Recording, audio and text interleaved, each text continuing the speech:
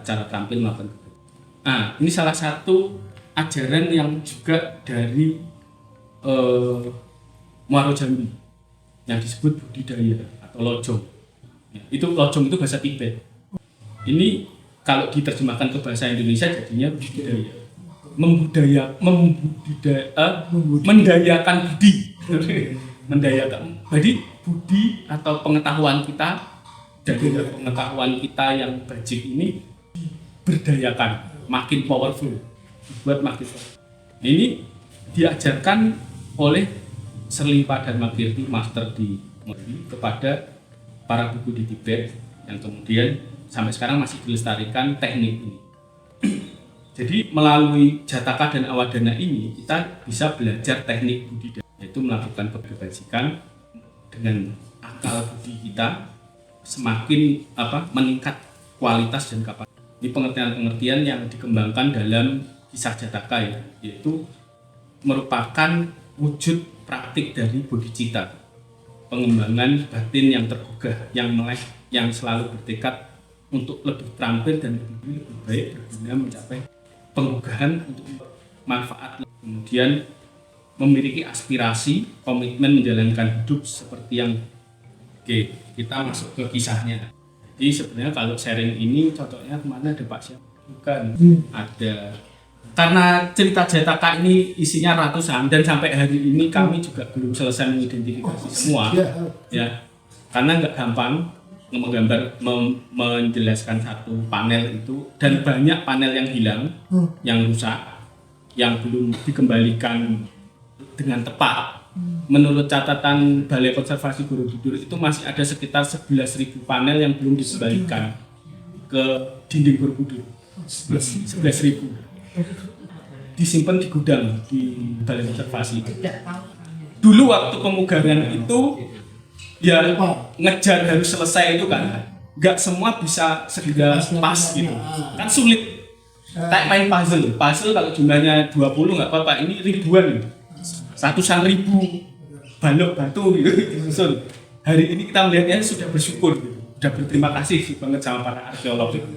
Jadi terakhir diidentifikasi, dicek di gudang itu ada 11.000 yang harus dikembalikan letaknya, dan itu mereka terus berproses. Makanya hari ini ketika kami baca panel Jataka yang 720 itu, kok cuma ada satu panel, ini lanjutannya mana gitu. Sebenarnya cuma batu kosong atau bahkan plong bolong, nggak ada batunya sama sekali.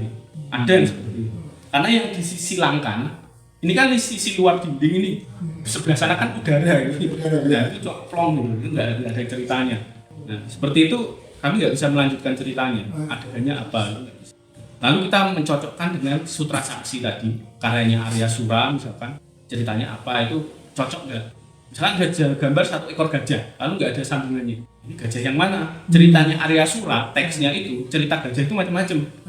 Gajah mabuk, gajah kawin, gajah apa, macam-macam. Jadi kita agak sulit menyocok.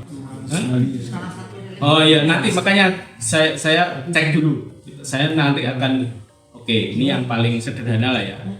Ini Sasa Jataka ini cerita yang paling populer, paling terkenal, paling bahkan diceritakan ke buku teks-teks anak SD. Anak saya juga saya kasih nama Sasa karena gara-gara ini. Wah ini 500 yang cerita. Nah justru itu sebenarnya ada semua, teksnya ada semua, pasti ada semua. Cuma Enggak di panelnya itu 500. Enggak semua. Beberapa kita duga-duga kayaknya cocoknya ini, ya udah ini aja lah. Ada yang seperti itu juga, daripada nggak diceritakan gitu. Ya itu kayak tadi gajah. Jadi daripada kita cerita gajah, udah lagi cerita gajah yang ini aja lah. Yang penting akan berguna gitu ceritanya. Iya ada cerita gajah mabuk, ada gajah birahi.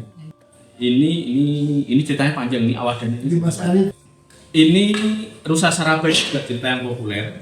Rusa Saraba ini cerita bodhisatwa kelahiran lampunya sebagai seekor rusa yang tinggal di suatu hutan, yang kemudian rusa ini